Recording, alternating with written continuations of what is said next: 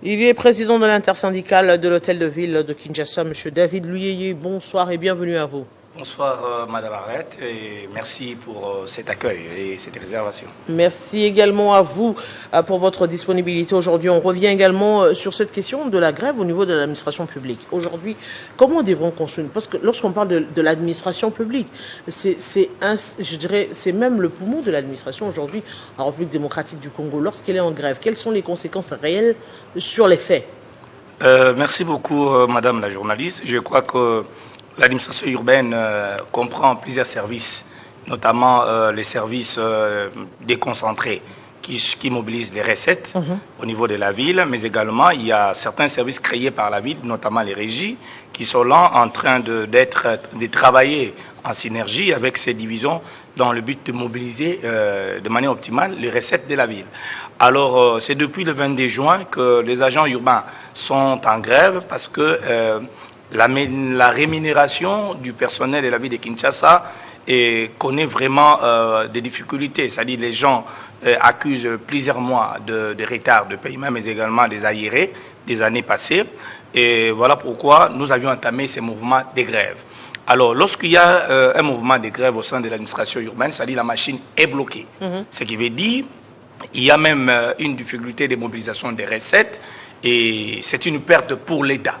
C'est dès lors que l'État n'arrive pas à s'assumer ou à prendre des engagements sincères pour essayer au moins de mettre à l'aise les agents qui travaillent pour son intérêt, je crois que l'État sera en difficulté de mieux mobiliser le recette plutôt parce que toute la machine administrative est bloquée. Parce que tous les agents sont partis en grève. À ce niveau, explicitement, c'est par exemple quel service aujourd'hui? Si on doit donner des exemples. Nous avons plusieurs services, notamment nous avons d'abord les SA67 divisions urbaines qui sont des divisions mobilisatrices des recettes.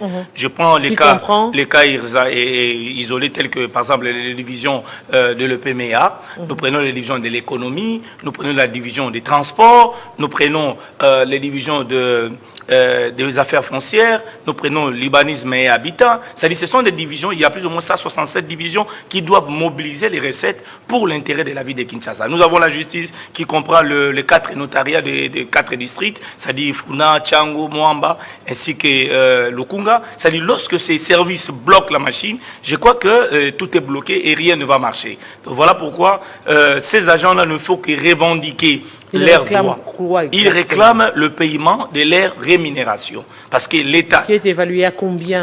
Déjà, actuellement, c'est plus ou moins 14 mois d'arriérés, qui comprend notamment les services publics, le personnel administratif.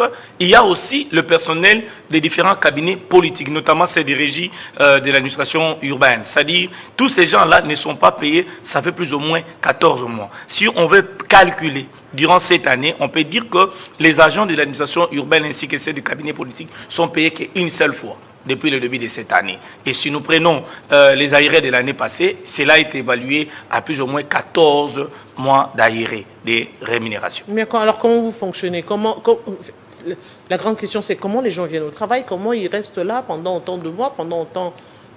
14 mois, c'est plus d'une année. Bon, voilà pourquoi nous disons que cela aussi favorise d'abord, l'évasion des recettes, parce que les gens qui doivent travailler pour vous, quand ils ne sont pas payés, ils doivent faire fuiter les recettes de la ville, c'est-à-dire ils doivent déjà se prendre en charge dès le départ à partir de la source, sans pour autant pouvoir aider l'État ou travailler pour que l'État puisse avoir plus de ressources financières pour sa politique. Donc nous, à notre niveau, nous avions entamé les démarches en tant que syndicat auprès du gouvernement pour qu'il y ait un dialogue sincère, de telle sorte que le gouvernement puisse mettre en place une politique d'apurement de ces arriérés, mais aussi de paiement régulier de rémunération de tous les agents de la ville de Kinshasa. Bien que le gouvernement provincial actuel avait pris l'initiative de mettre en place un compte unique du trésor qui est logé chez la Sophie Bank, qui devait centraliser les recettes ainsi que le paiement des services publics de la ville, mais cela ne suffit pas, parce que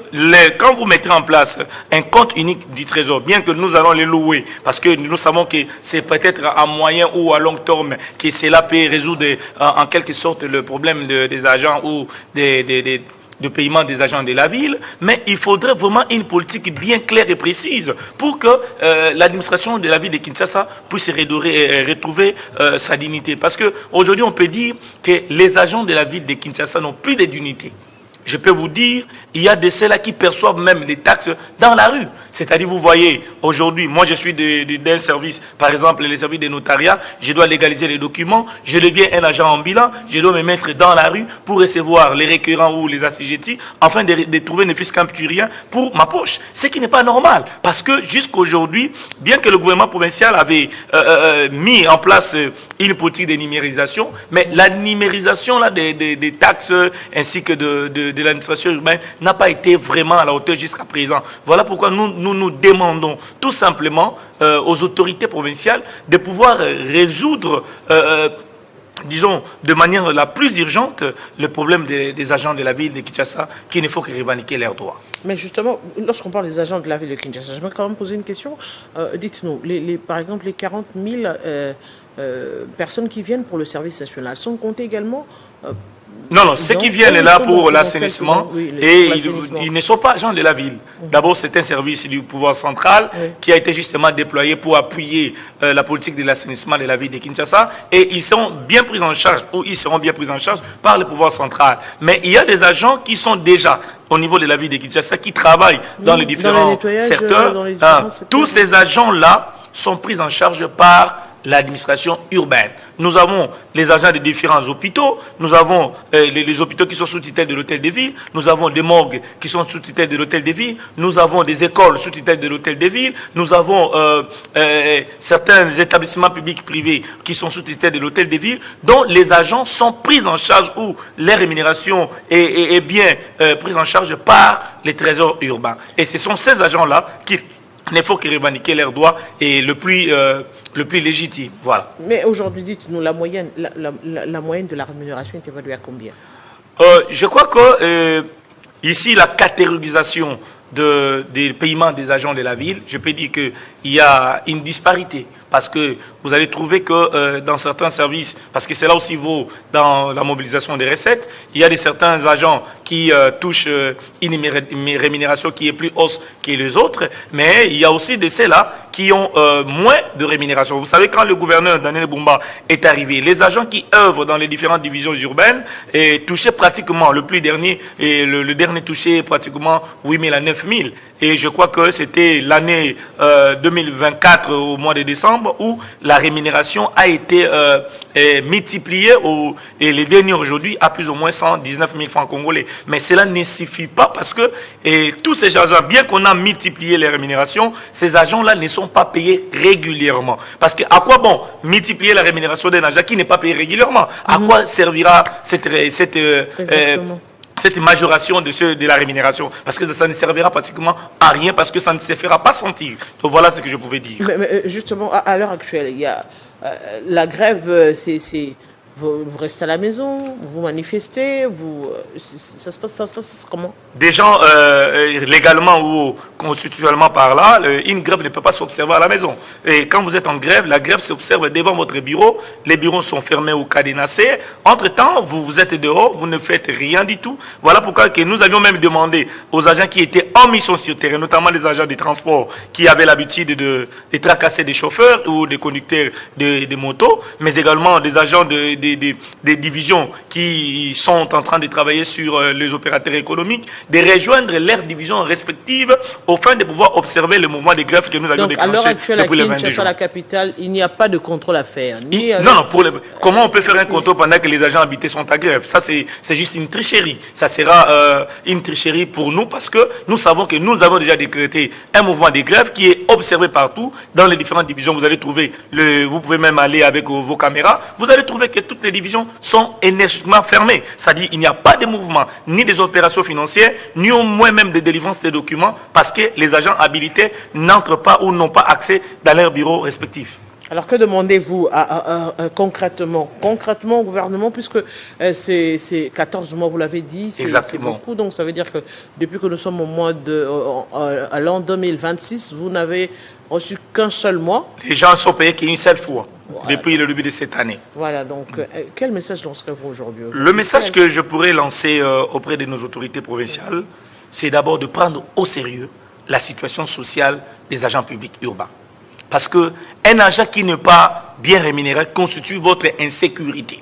Un policier qui n'est pas bien rémunéré, un agent de l'année qui n'est pas bien rémunéré constitue un danger pour vous, mais aussi pour les autres qui sont tout autour de lui. Donc, moi, je pense que le gouvernement doit prendre au sérieux ce que nous sommes en train de dire, parce que nous avions entamé une négociation avec eux il y a il y a 3 jours passés, le lundi dernier, il y a eu une négociation où le ministre provincial de la fonction publique, au nom du gouvernement provincial, nous avait dit que le gouvernement avait pris des mesures, ne fût-ce que de payer 1 mois, aujourd'hui, mercredi. Malheureusement, les banques syndicales n'avaient pas été d'accord de cette proposition qu'ils trouvaient vraiment comme une insulte face à la situation sociale actuelle. Parce que les conditions socio-professionnelles économiques des agents urbains sont tellement médiocres et que les agents vivent dans une précarité sans précédent. Et nous demandons au gouvernement, si vous voulez payer les agents, il ne faut pas regarder l'impact financier que vous avez actuellement. Parce que vous devez aux agents leurs droits, vous n'avez que l'obligation de vous acquitter de vos obligations. C'est-à-dire, si nous, aujourd'hui, nous allons accepter que les agents rejoignent leurs bureaux respectifs, il faut que le gouvernement paye plus ou moins 4 mois. C'est la décision de l'Assemblée plénière que nous avions prise il y a un jour passé, après la négociation qui n'avait pas abouti depuis le lundi dernier. Nous avions hier décidé de maintenir ou de dire sur notre grève, c'est-à-dire de faire une grève sèche et de dénommer une grève de l'administration sans agent public de l'État au niveau de la ville de Kinshasa. C'est-à-dire le gouvernement, s'il veut voir les agents retrouver leur bureau, il faudrait que les gouvernements payent au moins 4 mois auprès de tous les agents de la ville, notamment ceux des divisions, ceux des régies, mais également tous ceux qui sont dans leur cabinet, parce que ce sont nos membres de nos familles qui souffrent et ce sont nos membres de nos familles qui sont en train de trimer, qui ne peuvent pas continuer à vivre dans cette précarité, qui risque de pouvoir les livrer dans la corruption et dans de mauvais comportements. Parce que vous le savez qu'aujourd'hui dans la ville de Kinshasa, à cause de ces manques de bonne volonté de paiement régulier du personnel, beaucoup de familles sont divisées. Il y a des mariages qui sont dissous de manière brutale. Je vous dis que vraiment c'est un scandale dans la ville de Kinshasa. Mais moi, je fais confiance, ou les agents de la ville de Kinshasa font confiance au nouveau gouvernement et le gouvernement de Ghané Bouma. Mais cette confiance que nous sommes en train de leur faire, cela ne doit pas leur donner les droits de continuer à observer comme si il faisait sourd d'oreille, comme s'il ne prenait pas sur ce qui se passe au niveau de la ville de Kinshasa. Voilà ce que je peux dire au gouvernement provincial de Kinshasa, dirigé par son excellent Daniel Boumba Lubaki. Monsieur le Président, grand merci à vous. C'est moi qui dois vous remercier, Madame la journaliste. Nous espérons que vous allez trouver solution justement à cette situation, parce qu'on parle de la vie des gens, comme vous l'avez dit, c'est de la vie des milliers des Congolais qui sortent tous les matins, chaque matin, pour chercher le pain quotidien au travers leur travail, et c'est même biblique, hein. Donc le salaire a un caractère sacré, et l'homme ne vivra qu'avec la sueur de son front, qui est le salaire pour un salarié d'abord. D'ailleurs, même la Bible maudit un employé qui ne sait pas payer son employé. C'est-à-dire, quand vous ne payez pas bien votre employé, vous êtes sous la malédiction. C'est-à-dire, cette malédiction-là va vous suivre de génération en génération. Donc, j'interpelle les autorités provinciales de pouvoir éviter que la colère de Dieu s'afflamme sur eux, au risque que leur famille puisse subir les mêmes sorts que ceux qui sont passés avant eux. Grand merci à vous. C'est moi qui dois vous remercier. Aimables téléspectateurs, dans l'espoir justement que, avec le respect de la Constitution, que tous puissent retrouver un salaire décent, mais aussi payer régulièrement, oui, nous vous disons grand merci et nous espérons que vous allez trouver gain de cause. Et dans quelques minutes, ce sera Christopher Ochokom qui va prendre place pour l'édition du journal. Ce sera à 19h, juste heure de Kinshasa. Et merci à vous de nous avoir suivis de partout dans le monde. Oui, Télé 50 aimé depuis Kinshasa, capitale de la République démocratique du Congo. Merci et à très bientôt.